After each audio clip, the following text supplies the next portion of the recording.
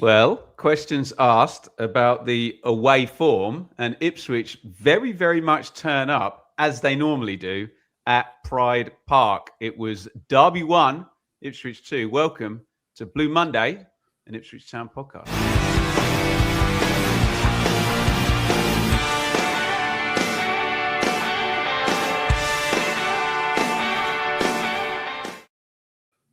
Joe, a tremendous win. We'll get to it, but I want to talk firstly a little bit about Pompey, and then I want to get into tittle tattle as well, because all I was getting asked about before game was Sammy Smodics and Kieran McKenna's comments.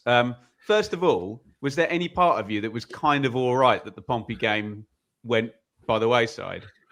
No, so I was quite looking forward to it. It was one of those games where you just you want to get it out of the way, don't you? I know they'd come off a decent victory, but it looks like they had quite a few players out. Colby Bishop had gone out. Obviously, we know Connor Chaplin can't play. There was a few more that were or were not there. So for me, I just think you want to get it done. And when you look at the fact we've had to go down there, we've travelled down there, we've had the Monday night down there. That's effectively the week where we could have been focusing on the Derby game, which we weren't able to do. So it's 3 times this season. It's really, really difficult to keep happening because they're almost like completed fixtures, aren't they, with all the admin around it. Dave, when on earth is this Pompey game actually going to take place? Why not? Never. I mean, it surely is the first time I think we've had a game called off twice in the same season against the same opposition, different, obviously different days. So, yeah, it's just there was a doubt about it. I heard a whisper about it the sort of night before. I mean, it had been chucking it. We had a rotten week here last week, didn't we? And it had been chucking it down here certainly most of Monday and I think early Tuesday. But still a bit shocked it was called off for that. There's, all over our feed, our pod, the chat, that surely in this day and age, games shouldn't be called off for waterlogged pitches anymore, not at championship level. But yeah, that's what we're up against, unfortunately. Dave, people love tittle tattle, and we're going to get into Derby. But what did you make of Kieran McKenna's comments in the Friday press conference about the departure of one Sammy Smodics? Yeah, clearly, how can I put this? There's clearly more to it than meets the eye, let's say. As I say, throw him under the bus as such. I don't know, but yeah, it's clear to it more than as I said, more than meets the eye. Let's face it, we've all heard one or two rumours about dressing room unrest and involving Smodics, but look, who knows? We've seen it, heard it all before, going back to the days of, Burley's days and that team, the relegation team 2001, 2002, didn't we? There's all sorts of dressing room shenanigans supposedly going on then. So yeah, Lord knows. But yeah, he looked. They panned on him yesterday during the game, didn't they? Sitting in the stand there, and he sort of didn't look too happy with life. But I guess he's hoping it'd been nice for him to have been out there playing for Derby against us. But obviously that weren't possible. Would you make of the comments? McKenna as measured as ever. I'm sure he'd considered how much he wanted to say, but certainly put the ball in the court of the player rather than the club, didn't he? Yeah, and I think there's sort of two areas to look at. One is Kieran McKenna's, what he said about it, and I think really he had to say something because everyone knew that it didn't add up. Smodics going to almost maybe not a direct rival, but certainly a team that we in the playoffs, mate. Yeah, they were in 6th place when we signed him, or when they signed him, and it's 4 points there. And the talk before the game against Preston was, yeah, there's an offering for him. They haven't met our valuation. If they do meet our valuation, then it's something we'll consider. Well, they obviously didn't meet our valuation because he went on loan. So Kieran McKenna has to say something, and I think he needed to put it out there that we haven't just let him go for no reason, because there obviously is a reason. There's obviously something that's gone on behind the scenes. There's obviously a reason why we want him out of the club or out of the squad for this season. So Kieran McKenna's got to say there's stuff going on that we can't tell the fans about. You've just got to trust us on it, because if he doesn't, and Sam Swanwick goes and scores 10 goals for Derby and they go up instead of us in the summer, it makes everyone look stupid effectively. So you've just got to make sure that you've got your preemptive strike in. But I think even, obviously, there's been a lot of social media, talk, death info, stuff around. And in the Ipswich area, stuff does travel quite quickly. So I'm sure there's parts of it that are true, parts of it that aren't true. We'll never know which. But I think there's a difference probably between a character like Sam Smolix and what the Ipswich dressing room is like under Kieran McKenna and what the Derby dressing room is like under John Eustace. I can imagine that John Eustace is very happy for his senior players to run that thing for him almost in, I know, sort of like the old cliche stories of like, I'm going to walk out this dressing room and you guys sort this out amongst yourself, and there'll be sharp voices, fists raised, that sort of thing. I think that's probably an environment that John Eustace over his previous clubs has been happy to go with. And you see the characters got in there, sort of like Lewis Travis, Dion Sanderson, coming from Birmingham, some big characters. Carlton Morris, yeah, players that will run the flow. And I think maybe Sam Smolix is probably a better fit in a dressing room like that than he is one at Ipswich, which is probably always a quiet one. I know Sam Morsey ran the dressing room under Kieran McKenna and Darrow Shea is doing it here, but I think someone like Sam Smolix would probably be a difficult character for us to have in that dressing room. And that's not a criticism; it's just a comment on his style. Effectively, it's something that's been very successful for him in the past. It's put a bit of fuel on the fire, though, Dave. It was all I was asked about for most of Saturday. Yeah, it has. Look, it did, for one reason or another, it didn't really work out. Sorry, he's still technically some players. It hasn't really worked out for him vis-a-vis injuries and stuff. I think Joe mentioned last week. It really, in the Premier last year, he did pretty well for the games he played. Scored 4 goals, did okay, but yeah, it clearly hasn't. Again, for one reason or other this season, that hasn't worked out for him. And quite pointedly, I suppose he would say that he didn't, not a barbed. Well, perhaps a little barbed criticism at McKenna when he goes on to say that, yeah, he's now happy to be playing for someone like Eustace that will almost a lot of subtext in both of what they said, isn't it, Dave? That will play him in his preferred position sort of thing. Well, look, perhaps he was tried in his preferred position here and it didn't really work out for him. Might well be, as Joe said, a much better fit at Derby, both in the dressing room and out there on the pitch. But yeah, just, I guess, sad in a way as a fan, it hasn't worked out for him here. So off we go to Derby without having played Pompey and without Sam Smolix. Well, he's at the game, but he's not an Ipswich player. Yeah. Derby, good side, playing really well. 10 points in 4, won 5-0 away from home at Bristol City in the previous game. Superb performance, very clear style. Players have been bought to play that particular way. Dave, going into this game, more than a banana skin laid down for this one, wasn't it? Definitely. I think we said it last week. I think we almost accepted that, yeah, perhaps a point that I've coming off a Derby 5-0 away when at Bristol City. I think we thought that perhaps, a point perhaps wouldn't be the end of the earth. Assuming we'd beaten Pompey, yeah. Well, yeah, obviously, yeah. Assuming we'd beaten Pompey and played I forgot about that. As soon as we played the game, but it didn't quite turn out like that. I'm sure we'll get into the minutiae of it all. Let's do it. Here's your town team, Joe. Walton in goal. Darnell Furlong, the big S house. I'll say it now so Dave doesn't swear. He was having a lovely old time. So was Leif Davis, the other side.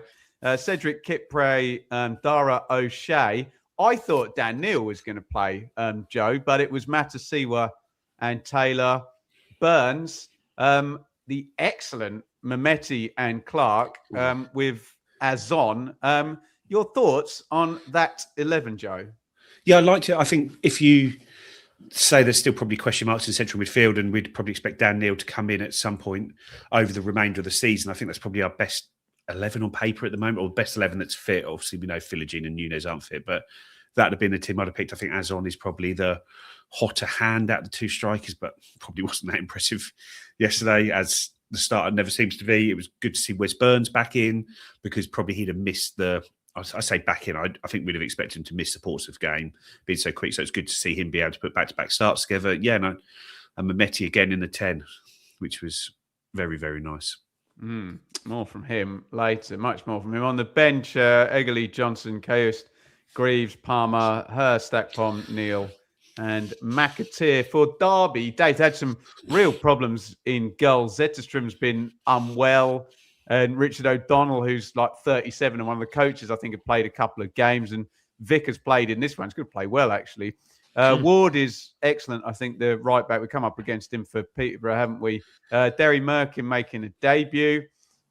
Danny Bart's going to have a lovely old time as well. Matt Clark, Lewis Travis, David Ozo, Ben Brereton Diaz, Rhian Brewster, Bobby Clark, and an absolute bloody animal, Patrick Agyemang, up top. But they've got a few good players in there and a lot of size and experience as well, Dave. I like this Derby team. Christ, when you do it, when you play two up top, when Morris gets fit, you play Morris and Agyemang up top. Get it in there. Bloody battering. Yeah, just get it in the mixer. My God. As we said before, a lot of experience there. Obviously, a bit of an Ipswich connection there. Matt Clark played a few games for us, didn't he, back in the day? Had a decent career, to be fair, at a good level, hasn't he, Matt Clark? He went for a lot of money to Derby the first time. I know it was Mel Morris money, but he's. I'll look it up as we're talking. He played a lot of EFL games. Sorry, mate, continue. And you got Brereton Diaz, Bobby Clark. I think is really quite highly rated, isn't he?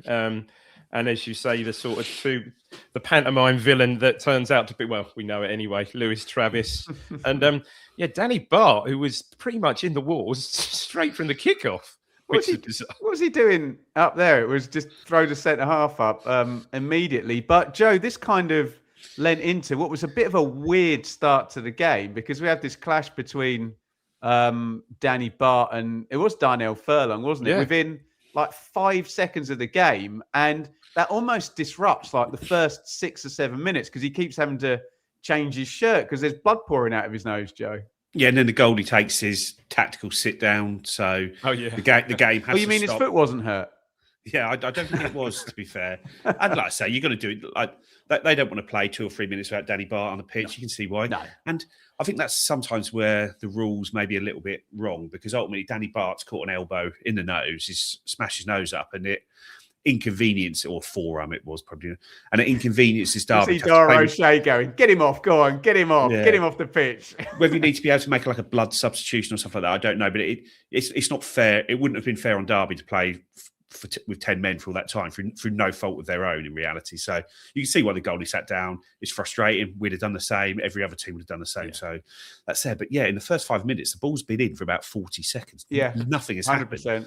And I think by the time, sort of spoiler alert, we score our goal, I don't think Derby have completed a single pass in our half. There's been like a minute of football in that time. And I think the first time the ball comes down is Jack Clark, isn't it, who lands on the ball in the box, makes a little twist, can't get the ball quite out of his feet, but wins a corner. And then from that subsequent corner. Yeah, Dave, we talked about all the experience and the size and the quality. I don't know whether, as Joe says, it was the absence of Danny Bart and they're a bit unsettled. They looked all over the place from these 2 corners and results in a really peculiar own goal. It's an odd one, isn't it? It's a good corner from Mehmeti. I think it's Mehmeti, isn't it? It's a good corner, gets it in. Say not on, well, they'll say on top of the keeper. We'll get to that in a minute. And Travis is it's a weird one. He's kind of unsighted, I think. Kind of unsighted. He's facing the wrong way. And he doesn't really move. The ball just hits him.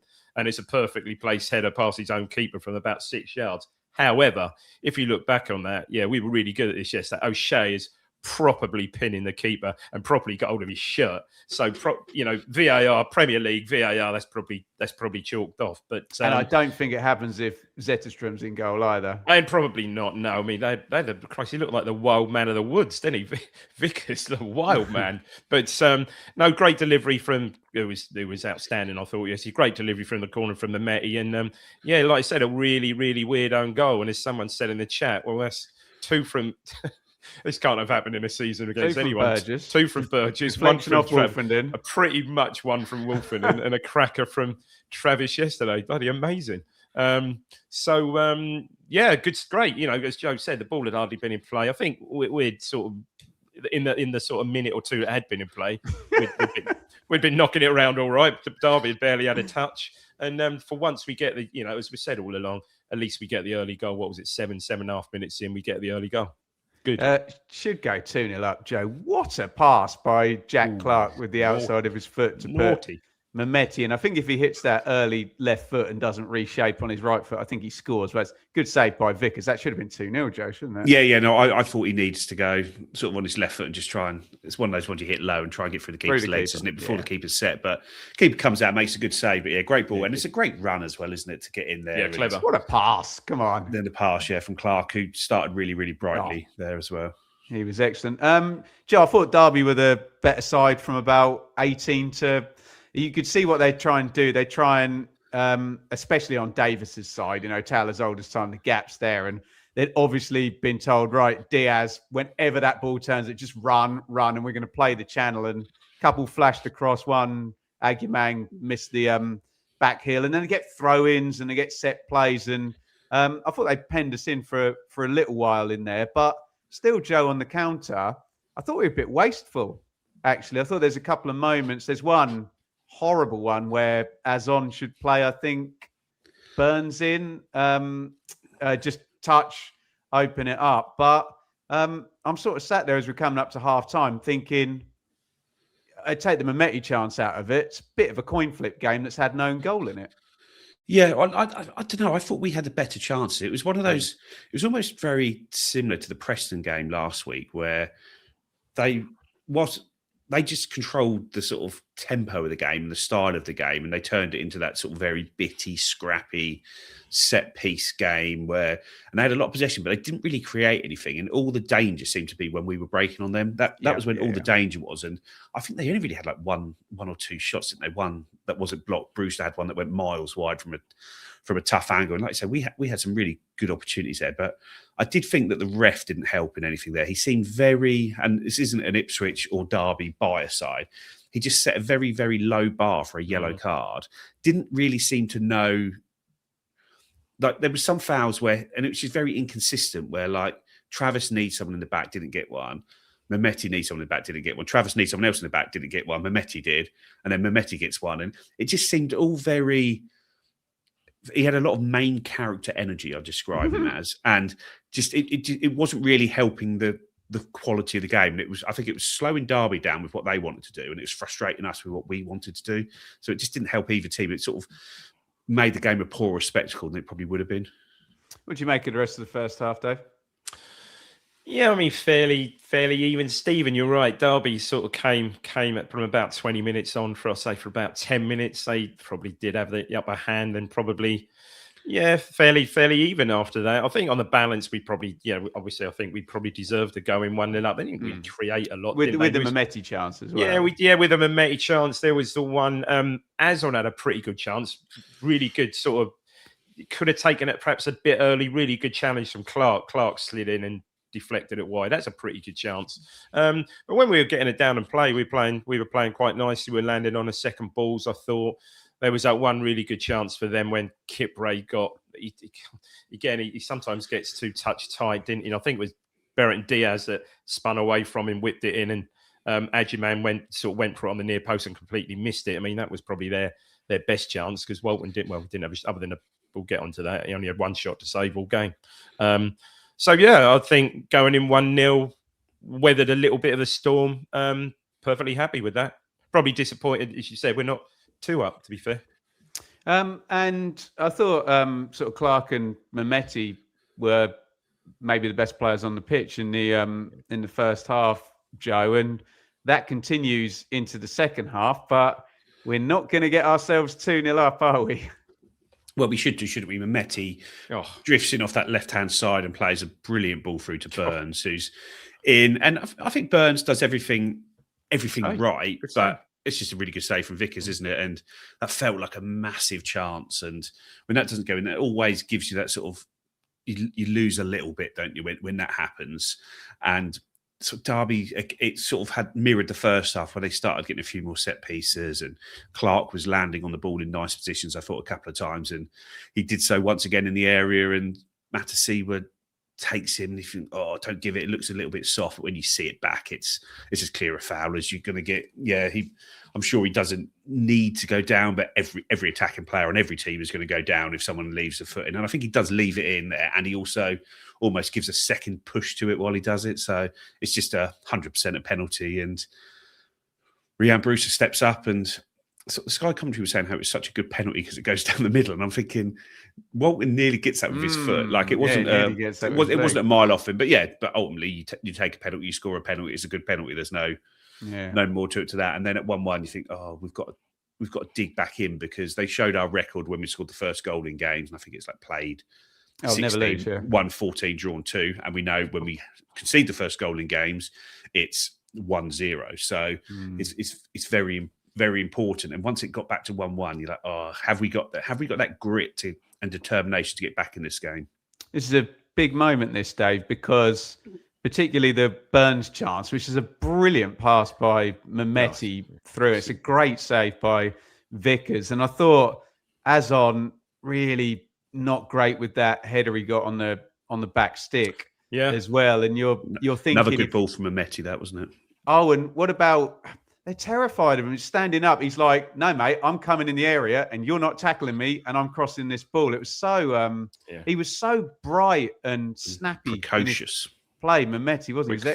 Excellent, Dave. But quick feet. When you I know Sky love their shot counter at the moment, and if you're stacking up the big chances between goal 1 and goal 2, they're all our way. So big moment this at 1-1, wasn't it? Yeah, it was. I mean, we always seem one of my favourite Everton goals in recent decades was the Chaplin goal at Derby. 3 years ago? It was one of the best counter-attack goals I think I've ever seen, probably. And this was just a beautiful goal, wasn't it? Starts from the back. Actually, we have a fair bit of possession. By this time, Dan Neil and Casey McAteer are on. We have a little bit. McAteer comes on just before we concede. Yeah, no, absolutely. Yeah, You're yeah. Like, poor old Casey, come on. Yeah, again, here we go again. And it sort of ends up with I think Neil slipping the ball to Mehmeti, who has a little run. He was so confident, wasn't he? He really was. And he looks like he's running to a cul-de-sac. He tries to heading towards the box. Looks like he's running to a cul-de-sac. Loses the ball, and I think Clark gets a touch on it, but he doesn't give up. And this is really good. He gets the ball sort of like angle of, I suppose, 20 yards out, right-hand angle of the 18-yard box. And this is two really good things here. One is the slide rule pass, but two is the run-off. I think it's Merkin, the fullback, the run-off Merkin's shoulder by McAteer, which is classic. I mean, if you looked at that, it's classic Burns, isn't it? Absolute classic Burns. And it's a great, the ball, it's perfectly weighted ball from Mehmeti. He does have to do a lot really with it, but it's a great cross, hangs it up to the back post. And I'm sorry, you won't see a better headed goal than that all season. I loved Andy Hinchcliffe on the commentary. You won't see a better headed goal. Who's a left back. And he's told, don't yell over the commentator. And he screams with that. He's like, look at that left back. You won't see a better header go. And that was bizarre because the guy that has a go at getting off the line is Brewster. Rhian Brewster's back there trying to hook it away. But good effort that actually. A hell of a good effort. Away, it was an absolute beauty. What what every footballer's taught to do. You head the ball back the way it's come. Absolute textbook goal. Beautiful, beautiful goal. Beautiful football. Brilliant from McAteer.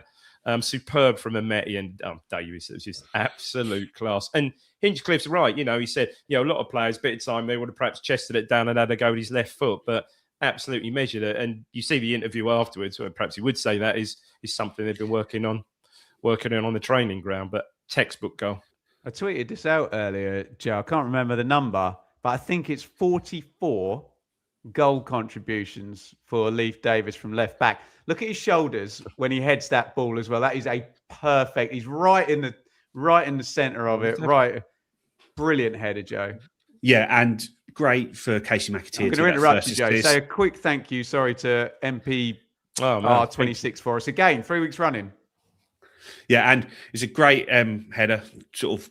A great cross from McAteer, and he put in a number of these over the season where nothing's come from it. And you could see it really, really meant a lot, that assist. He's not really, like I say, he's had a tough start to life at Ipswich Town. Some of it's himself, some of it's not chance of being taken, some of it's bad misses from him. But hopefully that can, like I say, I know it's one assist, but you sort of want to talk about this sort of up and running from there. But I think, like I say, Mehmeti makes a goal because he drags Matt Clark out of the box, doesn't he? And he manages to retain the ball. So when that ball goes in there, the fullback's out the way, the centre-backs isn't in the box. Everyone's shifted one person over, so Leif Davis is totally free. But yeah, it's some header, isn't it? It's a hell of a goal. Yeah. Brilliant stuff. Sorry, I thought Joe was going to go in with the thank you, so I'll do it. Huge thank you to MPR26V for the super sticker there. If you do want to contribute via super chat and super sticker, you can. During the show, this will always be free with our free-to-air content each and every week. And Dave, Derby, as you completely understand, are going to try and make it a little bit more chaotic. They bring on a another big striker in Salverson. They've got Bonnell, who they've got on loan from Burnley. Ames, who's a youngster who's just very, very quick. Looks about 12, yeah. Yeah, just trying to bring in anything. But such a stupid sending off, isn't it? I was saying to Rich, came on my watch long at half time. I said, Darnell Furlong, something's going to happen, but he'll leave it right until the end because he's clever. And Lewis Travis loses the S House competition here. Not really much in it, but he gives the ref the decision. Well, I heard Rich. I heard actually Rich on the Suffolk with Graham Mack yesterday on post match, and he nailed it. Really, he said, for once, we perhaps were the masters of the dark arts in the game yesterday for once, and certainly Darnell Furlong was at the top leading that charge. What a rascal he was! I would love him. He's gonna attain cult status, mate, if he can. Well, and like that. Ephron Mason Clark as well. He had a lovely time with him, didn't he? Absolutely superb. However, what Rich also did say, which I'd forgotten about. Maybe a little. I don't think Rich mentioned karma, but maybe a little bit of payback because you remember Travis stamped all over bloody Cayuse at Portman Road, didn't he? And should have got enough for that. Should have got a red then. So a little bit of karma. It's so stupid. I mean, and again, very seldom do you see us do this well. I think we'd held the ball in the corner for about a minute. Well, I hate that, even when it's us. Well, at that stage, I wasn't really bothered, but I know what you mean. But and then the ball, I think it's following on from that. The ball goes out, and I think Furlong is unbalanced, gets a nudge, and then Travis just follows up aggressively. Really, I know there's a lot in it, as you said. I know there's a lot in it. He does follow up aggressively. He does catch him, lays hands on him, and second yellow. See you later. Off you go. Well, I say it didn't look much in it from one angle. No. But when they went to the studio after, they went to the studio after the game, all the players said, "Look, the angle they've shown doesn't do it." But when you show it from the other angle, he actually knees him in the head. The first thing he does, he goes over, he knees the head, and then goes with it. It's just stupid. And I thought Travis, when he got his first booking, he was like. He was just sarcastically applauding, and I'm mate, Joe, you've seen people get booked for a tackle and then get another yellow for applauding straight after and get so silly, Joe. I don't know if he was applauding the ref or the Ipswich player with it, but he looked like he'd lost his head there. And like I say, they can all sort of laugh, but ultimately, you've now got your captain suspended for a game because he was stupid in the 93rd minute of a game, and it was stupid. There was no real defending it. Although, he walked quite gingerly past Eustace at the end, didn't he, Travis, Dave? Although I've seen one or two bits of Derby social media post-match, and they're perhaps not too sorry that he's missing a game. I'm not sure he's totally. Aside from yesterday, I'm not sure he's totally flavour of the month there. But no, really, a really good. You'd say a ground out win. I think overall, excellent, we Dave. I mean, it was overall we deserved. They had one shot on target, which was a penalty for God's sake. Right the way through the team. I thought we played okay. Kip Ray perhaps a little bit off it again, but he's close to conceding a penalty in the first half. Kip Ray as well. If Bruce was a second earlier, he had his hands full with that edgy man. Yeah, he was. Well, talk about him in a minute. And I was quite pleased to see a lot of the Ipswich players befriending Agyemang after the final whistle. Yeah, absolutely. So what are you doing playing for this? No, not quite. No disrespect, but no, he was a prop playing for. Yeah, Kip Ray perhaps wasn't quite on it again yesterday, as he wasn't on it. Sort of 3 in a row now, isn't it? Sheffield United as well. Well, he wouldn't have played in midweek, I don't think, would he? Well, we haven't changed it much in defence. No, I think he started like 13 and 14 in a row. So I suppose the only thing with Furlong, I realised earlier, he's then on 9, isn't he? Because he picked up 2 with West Brom, didn't he? Did I see earlier? So he's got 7 with us, so that's now 9. I mean, I'm not quite sure. I guess that doesn't matter that he changed clubs; it's still concurrent and carries over, I assume. So that's a treat because he is becoming an important component in that defence now. Really well, and if you want, you're always talking on here about being nasty and not being soft, and leadership comes in different ways. But leadership comes in different ways. Joe, how fun were Jack Clark and Anis Mehmeti between about 20 and 60 in that game? Loved it. Yeah, and like I say, big special shout out for Mehmeti for me when you're thinking he's a guy that's come in for sort of £3.5 million. Sort of, and I know like Jack Clark's a £15 million player who has been a top player at this level. Mehmeti's come in, and I think when you see what he can do. It almost looks like he's being held back playing on that left-hand 10 role at Bristol City. Put him in the middle of the park and he's drifting all over it, picking it up in spaces, making great runs off players like Joe, can I come in there, mate? Can I just direct you towards the 10 conversation? Because I'll give it a bit of hyperbole because it's my job as the host. But it feels like the likes of Akpom and Smodics and Chaplin were finishers over here. Nunes is kind of a bit more of the playmaker. Is Mehmeti right in the middle of that style of player as a really good option? It does look like it at the moment, doesn't it? Like, obviously, it's still early days for him, but he does look like someone who's going to get in the box, get on the end of chances, plus make things happen. That's not just that. He looks to have like that level of fitness where he's pressing from the front. He's the one cajoling his but he's cajoling his teammates with him already. So he looks like a really, really good fit. And I think you see, like, I know he's played for Bristol City, but when you compare the size of Bristol City to the size of Ipswich, and he sees that away end at the end of the game yesterday, it's like, wow, now I'm at a proper club now, a proper club that's going places. Don't tell you what, I got 3 million could be a snip, absolute bargain in the overall scheme of things, because he really did look the part. He did look the part. Really, really enjoyed that. Excellent performance. And I don't know, a few questions. I've been the one I haven't been negative, Dave, but I've been a little bit concerned about the 5 away games in a row. And okay, one of them's disappeared in being kicked down the road. We've got another one. We've won one. We've got another one coming up that's in the FA Cup, and no one really cares. Be nice to see Broadhead, whatever.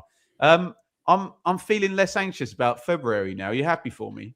Yeah, no, absolutely. Because as someone said in the chat, it's obviously we're going to get at least an own goal from Kiefer Moore or Nathan Broadhead in a couple of weeks. Surely, I mean, if we're going to keep these Wallies in the chat encouraging Joe Fairs with his housery. If we're going to keep the run going, Darnell Furlong of the podcast, yeah. No, it's good. It's really good. It's great to start. Well, hopefully would have been on 6 points from these 2 away games. So obviously Pompey was postponed. So yeah, great to kick off his run of games with 3 points. Joe, last word on Derby from you, boss. It just felt like don't slag off any other clubs. No, it felt like a big win. And I know we've had some false dawns this season where we look like we've taken 2 steps forward, 1 step back. But when you look at that League One run, that was that big away end, big sort of noisy away end all game that helped drag the team through. And you sort of see the Town in 5 comes out, the players and the management team in front of it. And they do look around. Even like you see Jack Clark and Dan Neal, who have played for a big club in Sunderland, and even you see them stand there, and it looks like, wow, what have we got here, sort of thing going on. And hopefully this is the start of something happening. And that run we went on in League One, that was almost started with a brilliant away win at Derby, or was part of that run. And I think, I don't know, it just really feels it. Like you see McKenna in his post-match presser, and when they asked him about Leif Davis scoring that goal, you can tell he's so happy with that goal, the way it's worked. I think he said that was his favourite win of the season, and I think it's that confidence building. We look like the squad is in real tip-top shape. I think they've gone across to Tenerife for a few days in the sun, so that's all right, isn't it? Eh? Yeah, not too bad, is it? But yeah, it feels like we're there now, and with Coventry sliding, then we've just got to take the opportunity with both hands. Joe, don't give it all away now. I need a tub-thumping fair speech to end this. Sorry, Dave, go on. And just a shout about Dan Neal. I know he came on a little, 20-minute cameo, but he looked really comfortable as well, didn't he? Got on the ball, always looking to get on the ball and stuff, carry it as well. He did have a good carry immediately after he came on, didn't he? Yeah, he did. Yeah, he looked the part for me. So, and also I thought Akpom when he came on looked quite lively. You know, got that one left foot, didn't he? Drew that one left foot, then cut in and hit one lot of power, but straight at the keeper. No, he looked like perhaps he's suited him when it was stretched, didn't it? Yeah. Good point. And I thought he did the week before against Preston as well. Yeah, so hopefully he's sort of ready to roll now. Okay, we just blame Smodics for everything then. Poor old Sammy.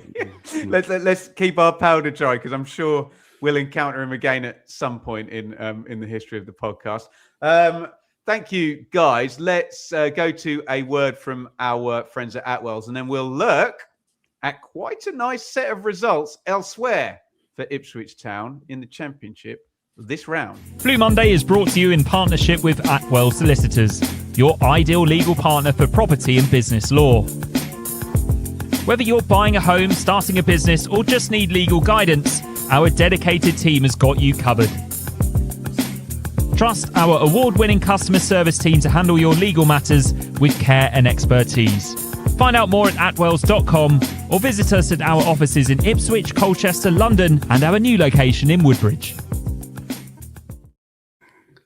The ITFC women beat Pompey 2-1 in WSL2 to leapfrog them to get off the bottom of the table. Goals from Rihanna Dean and Sophie Peskett were enough to earn David Wright his first win in charge.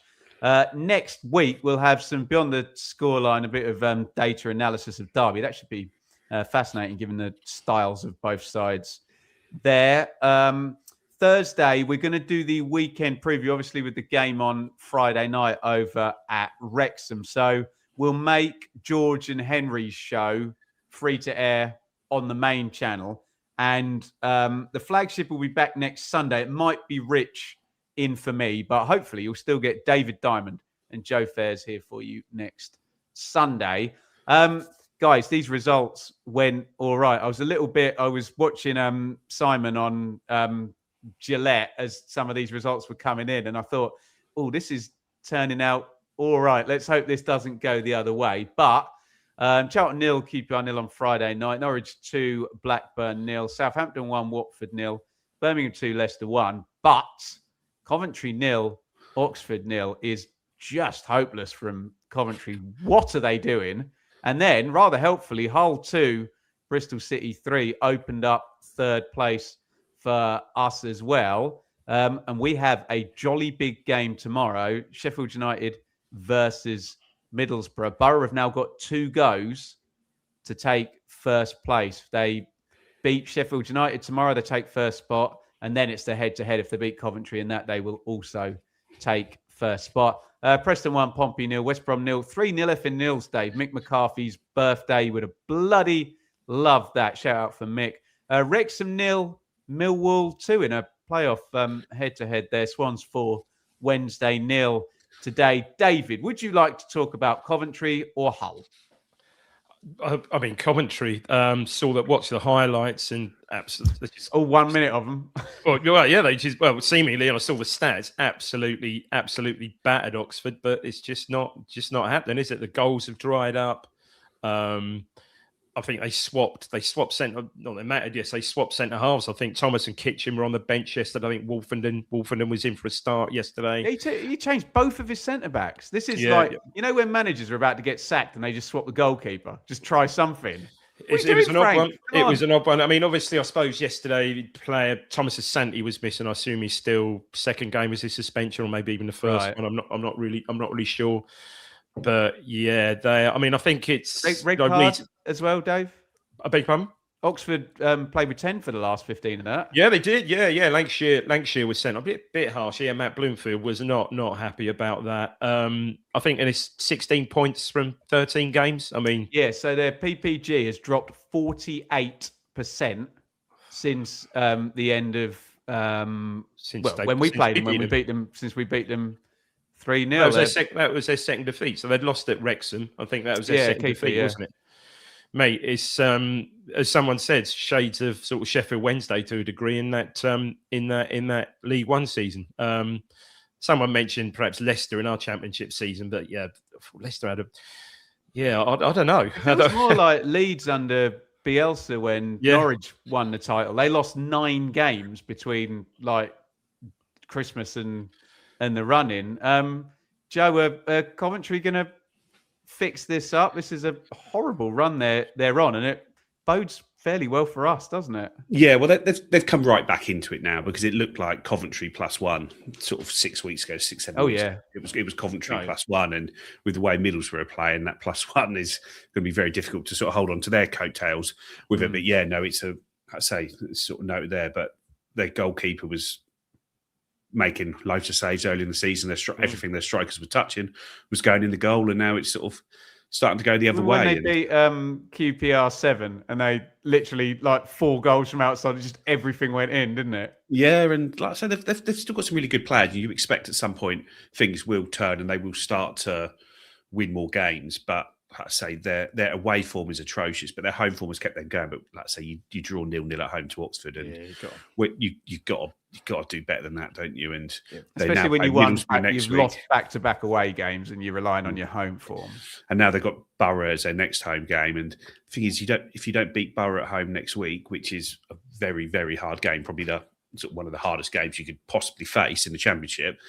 Given they played us twice, maybe the hardest, Joe. Hey? Yeah, you don't win that game, and all of a sudden the fans are going to be losing their minds. It's going to be real pressure exerted on them because they're going to be 4-5 without a win at that stage, and 2 wins in 10, something silly like that. And so they are in big stress, and I think it bodes well for us, for them at the end of the season, because every team struggles to get over the line. The run-in is almost a case of, it's like that. Remember us drawing at home to Watford and Hull in that epic 3-3, yeah. But it's like gladiators getting up that travelator at the end, isn't it? And everyone finds a way to. It's current as well now. Enid watches it, to be fair. Yeah. So I think it's that, and I think we've got that muscle memory, and we've got the management team and some of the players in the squad that have got over the line. So you'd think if it comes down to a straight shootout, it's probably advantage us in that regard. And the fact that they've sort of struggling so badly now probably means that they've got that in them late in the season if it does come to that. That's a good point. Dave, quickly, sorry, mate. We'll go to some questions in a minute. If you want to throw some questions in, I haven't got Rich here in the background. So if you can put a little Q before them and a question mark afterwards, I'll ask them to David and Joe. Dave, are Hull doing that thing where nobody believes they can do it? They very, very gradually convince everybody they can do it. And then they get a couple of home games, draw 0-0 against Watford, could have lost, and then lose at home to Bristol City. Is there expectations just getting in the way of Hull now? I think it perhaps is. I mean, who could have seen that result? Can you say thank you to Adam in the chat? Oh, Adam, yeah, bless you. Thank you. Really, really generous. Really, really great. Thanks for that. I mean, it's I don't know. It's a weird one. I mean, Bristol City are hopeless at home to Derby. Absolutely hopeless, weren't they? A week back. Yeah, Derby played well, Dave. Yeah, okay. They did a 5-0. Fair. But then, go to Hull. You'd have pretty much had that. I mean, Bristol City, I think, are reasonable away from home. You pretty much would have expected Hull to pick up 3 points there. But no, a 3-1 down. They got a late goal, 3-2, perhaps a little bit edgy at the end. But yeah, I think perhaps you're right. Expectation has got slightly on top of them, perhaps. Could we see a world, Joe, where the separation of Mehmeti and Twine actually improves both of them? I think it probably does. I think Mehmeti was Twine got 2 assists at the weekend. Yeah, stuck out on that left-hand side, and now he's playing centrally. He seems like totally freed up, and I think Twine was probably much the same on the other side. Where can all go through him now, can't it? Yeah, the more you can get him on the ball, the more he can do. And like I say, I do think he has got more limitations as a player than someone like Mehmeti. I think his sort of maybe physicality and getting around the pitch and that side of things. But he is a very, very dangerous player with the ball at his feet in and around the box. So the more they can get in there, the better it is for Bristol City. Yeah, 100%. Right, let's get into some questions. And let's go straight into this Wrexham game then, Dave. Neil asks 10-11 changes Friday night incoming. I'm sure George and Henry are going to try and do this, but do you two want to have a little go now at doing the team for Friday night? Can you do 11 changes for me? I don't know about 11. I'll start at the back. So you'd think Palmer's going to be in goal. Maybe Johnson at Johnson at right back there. Right centre back, perhaps it will be one of O'Shea or Kipre. You'd think perhaps. Oh no, then perhaps Baggett alongside him left. Greaves left on the left back. Central. Is Dan Neil? Can he play? Can Dan Neil play? Did he play for Sunderland? Yeah, they barely kicked the ball for Sunderland. Yeah, we said 13 minutes or something. Yeah. So you'd think Dan Neil and maybe Kiyust. And then Joe, do you want to take it from there? I'd guess I'd maybe give Casey McAteer a start. I think he's probably earned one on the back of that. Mehmeti needs another game in there because if he can play, I don't know if he'll be captained or not, but because Nunez probably isn't going to be back for that, so he'd play there. And then, you still probably keep Jack Joe, Parker is it a week? Is it a week between the two games? So someone could. It's Friday to Saturday, so it's like 8 days. That's 8 days, okay. Yeah, so I don't think there's much need to make as many changes as you could. But I think it's more a case of giving the Alex Palmer, Ben Johnson, Jacob Greaves, maybe Ashley Young if he's fit. We don't know where he is with that hip injury. Jens Karius, Dan Neal. These guys are gamers. It's given Casey McAteer, maybe Eggley in the 10, maybe someone on the left. Chat saying Mehmeti might be cup tied. Akpom start. Yeah, Akpom, yeah. I think you just need round. to try and give those guys. It's just defensively, we don't have that many backups. And maybe if you say Darnell Furlong's on 9 bookings, he's probably going to have a suspension coming soon. So maybe he can play on the right back and Ben Johnson can play at left back. Greaves in the middle with Kipre. I don't know, but I think there'll probably be 6 or 7 changes, 5, 6, 7, that sort of range, rather than the full gambit. Yeah. Joe, we'll stay with you. When they're both fit and available, does Nunes or Mehmeti start in the 10? Right here today, it's Mehmeti, but Nunes had earned that shirt, hasn't he? Yeah, it's just one of those ones where it's a great problem to have, isn't it? And you hope it doesn't muddle any thinking, and when it comes to it, you go with what you think is best and try and give that guy a run. And it means you've now got a fantastic option to come off. And it might be that Mehmeti's probably a better sub than Nunes is. I think he could come on and affect games more off the bench. So that comes into it. But yeah, no, it's a nice problem to have. What's your take, Dave? Yeah, no, I think I'd agree with that. I would say Mehmeti would certainly have more of an impact than Nunes would off the bench. And Nunes was so good prior to his injury, so you'd think it would still remain Nunes. But as maybe horses again, sort of like horses for courses again, as he's been doing with the central 2 in midfield, playing a line side. It's either been up till now Neil has come. It's either been Karius or Taylor. So maybe in certain games, just horses for courses, and one will get the nod, one will be on the bench. Yeah, I like it, and all of a sudden, kind of out of nowhere, you got a couple of options for a position that we were kind of worried about. Again, it's been a problem position, hasn't it? And now we've got 2 good options there. It just showed the strength of the squad again. When again panned into the stand again, you see Philogene sitting there alongside Nunes. You think, bloody hell. What's the status on Philogene? They Prutz in the studio with Luke Chambers did a little montage of his goals. Like, oh god, that's some highlight reel this season. Just quickly, Ben, talking about Prutz in the studio with Luke Chambers. What about your mate Sam on Final Score? Is that BBC? Is that a regular gig for him or not? It's all right, isn't it? Hey? To be fair, Sam did Charlton QPR nil on Friday night for Sky. Went to a Holiday Inn or whatever in Birmingham, and then you have to go to Salford for BBC in Manchester. Ouch, so of course you do.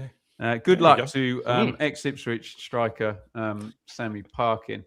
Amanda, Joe, will we try and buy Aguimang this summer? As I suggested, there were some very friendly conversations going on. Everyone, right, go and shake that guy's hand and smile at him, because you could certainly use him. I think Crystal Palace were heavily linked before they signed Jürgen Strand Larsen in the January window, Joe. But yeah, he's got Premier League written all over him, Aguimang, hasn't he, with his size and power?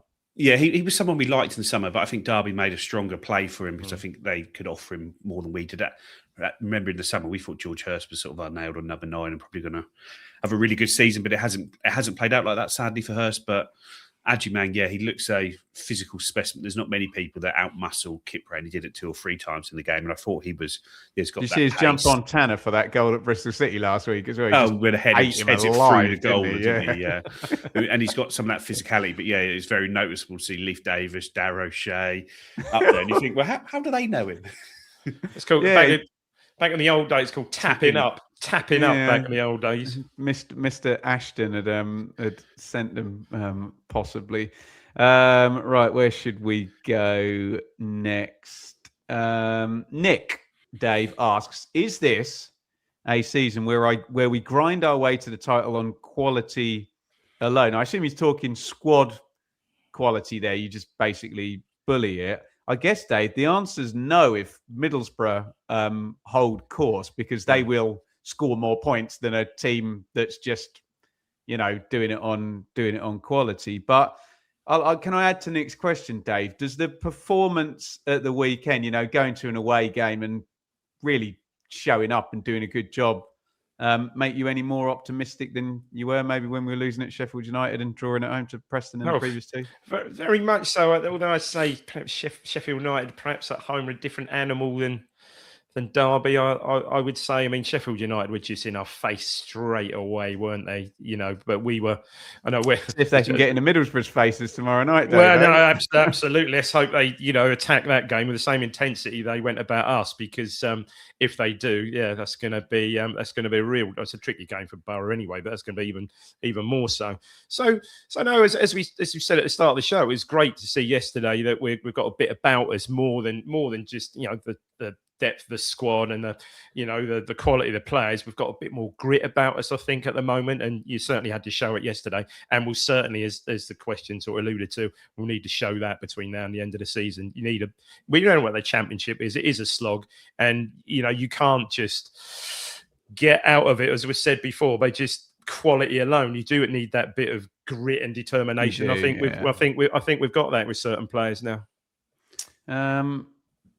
Joe, it's one from Nick. Has February changed from the month from hell to a month where we take points out of our rivals? Obviously, going to be giving up a game or two to them now, especially with the postponement. But potentially, I'm far less.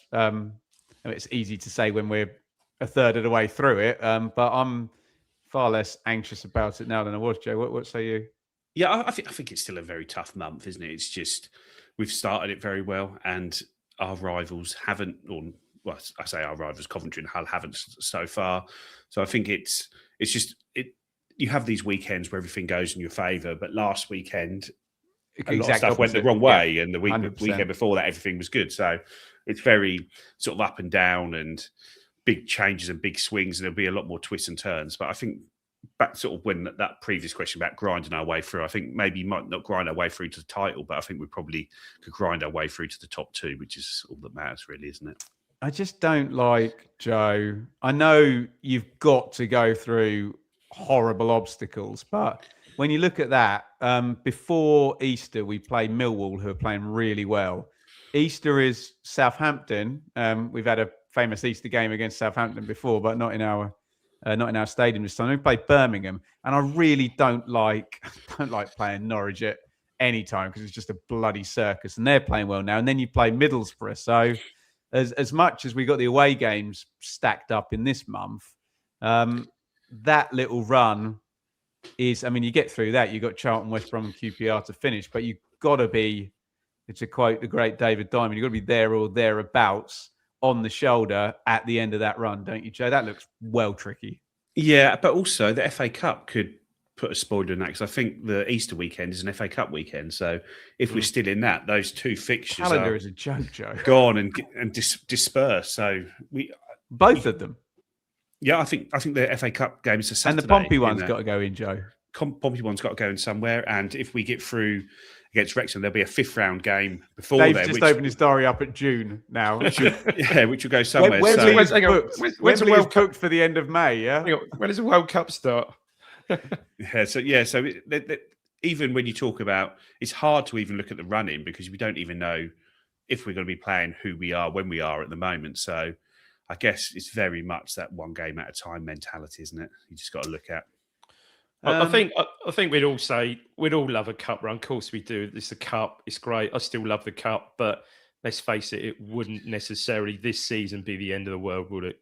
I know it's unpopular. I don't care. I genuinely don't care about it. Trying to show enthusiasm, perhaps, but yeah, I think if we did go out, it wouldn't be total disaster. No. I think each time the game starts, you want to win, though, doesn't it? So of course you do. Yeah. As soon as you cross that white line against Wrexham, it's the FA Cup game. You want to see us win, don't you? But of course you do. Yeah, I don't think it would be the worst thing if our cup run ends on Friday. No. Seager is, as on the unluckiest player, we have not to be on about 6 or 7 goals, or is he just not up to the standard we need? Based on that last game, it was more the latter, that it just wasn't quite there, rather than bad luck.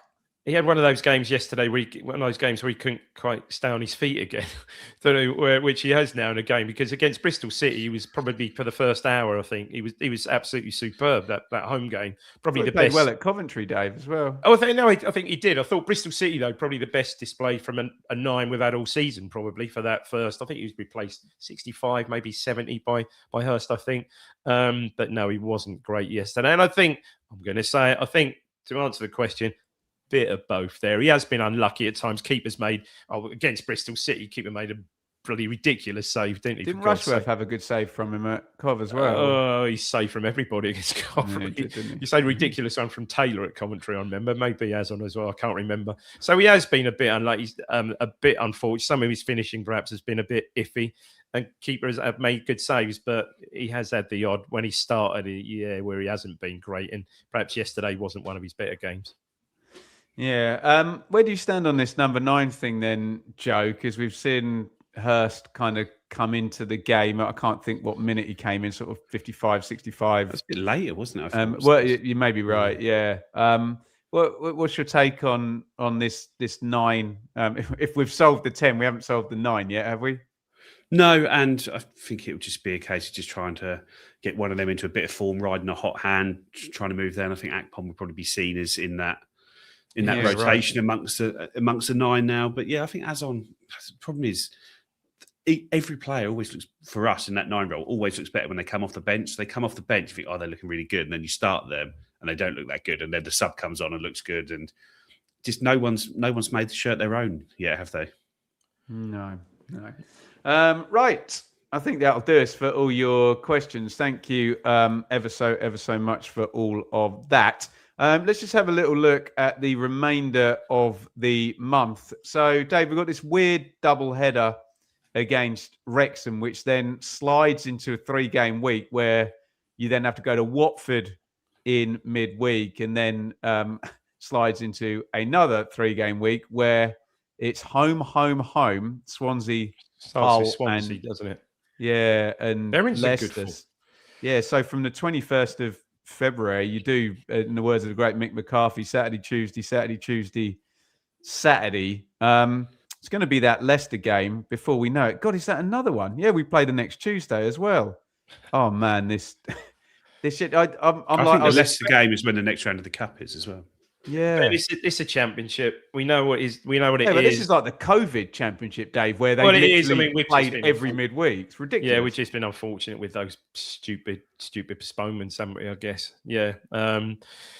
Well, you know what's coming. You just got to deal with it. I mean, at least a lot of those games you're talking earlier are home games now against some of these teams. Where I think we're got a 3-game week of home games as well. Yeah, Dave. Well, we are. We do look at, notwithstanding yesterday, Coventry, which was our previous away win, looking a bit more secure away, but we're really secure. I mean, last week aside to a degree, we look really secure at home. So bring it on. This will be where the squad hopefully comes into its own. The depth of squad, anyway. Yeah, the only issue, Joe, with Dave's depth of squad argument is that works much better when everybody else is playing that same amount of games. You get a bit of leverage then, but the teams we're coming up against, okay, I think Leicester and Hull are both still in the cup, are they possibly? But yeah, Hull play Chelsea, don't they? Lynn Rossini again. But yeah, that really just February just turns into March without even stopping, if you know what I mean.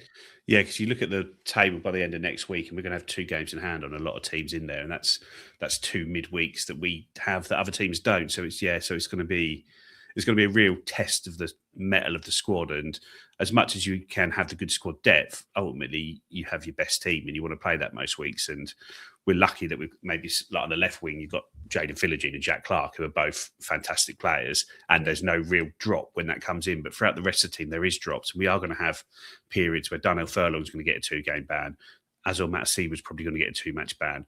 I think even Anis Mehmeti's on 7 yellow cards now, so he's only got 3 more he can have before he gets a 2-match ban. So we are going to have some tests over this period, and it is going to be about grinding that results, getting a win. I think what's good at the moment is the back 6. I think if you say Walton, Furlong, O'Shea, Kipre, Davis, and Matsi in front of them, look like they've got a real good understanding amongst them at the moment, and they're playing really, really well as a unit. So that's what's if they can keep playing like that and we keep barely conceding goals. I think like the penalty was their only shot on target we conceded yesterday. And I think there was only one other shot in the box that wasn't blocked. So it's a real solid defensive performance against them, a team that had a lot of territory, a lot of set pieces, and we managed to repel all those well. Real sort of captain's display from Darren O'Shea leading that defence in there. So I think if we can keep that back six intact for the majority of the games, we're going to be in a really, really strong position because we won't concede many goals.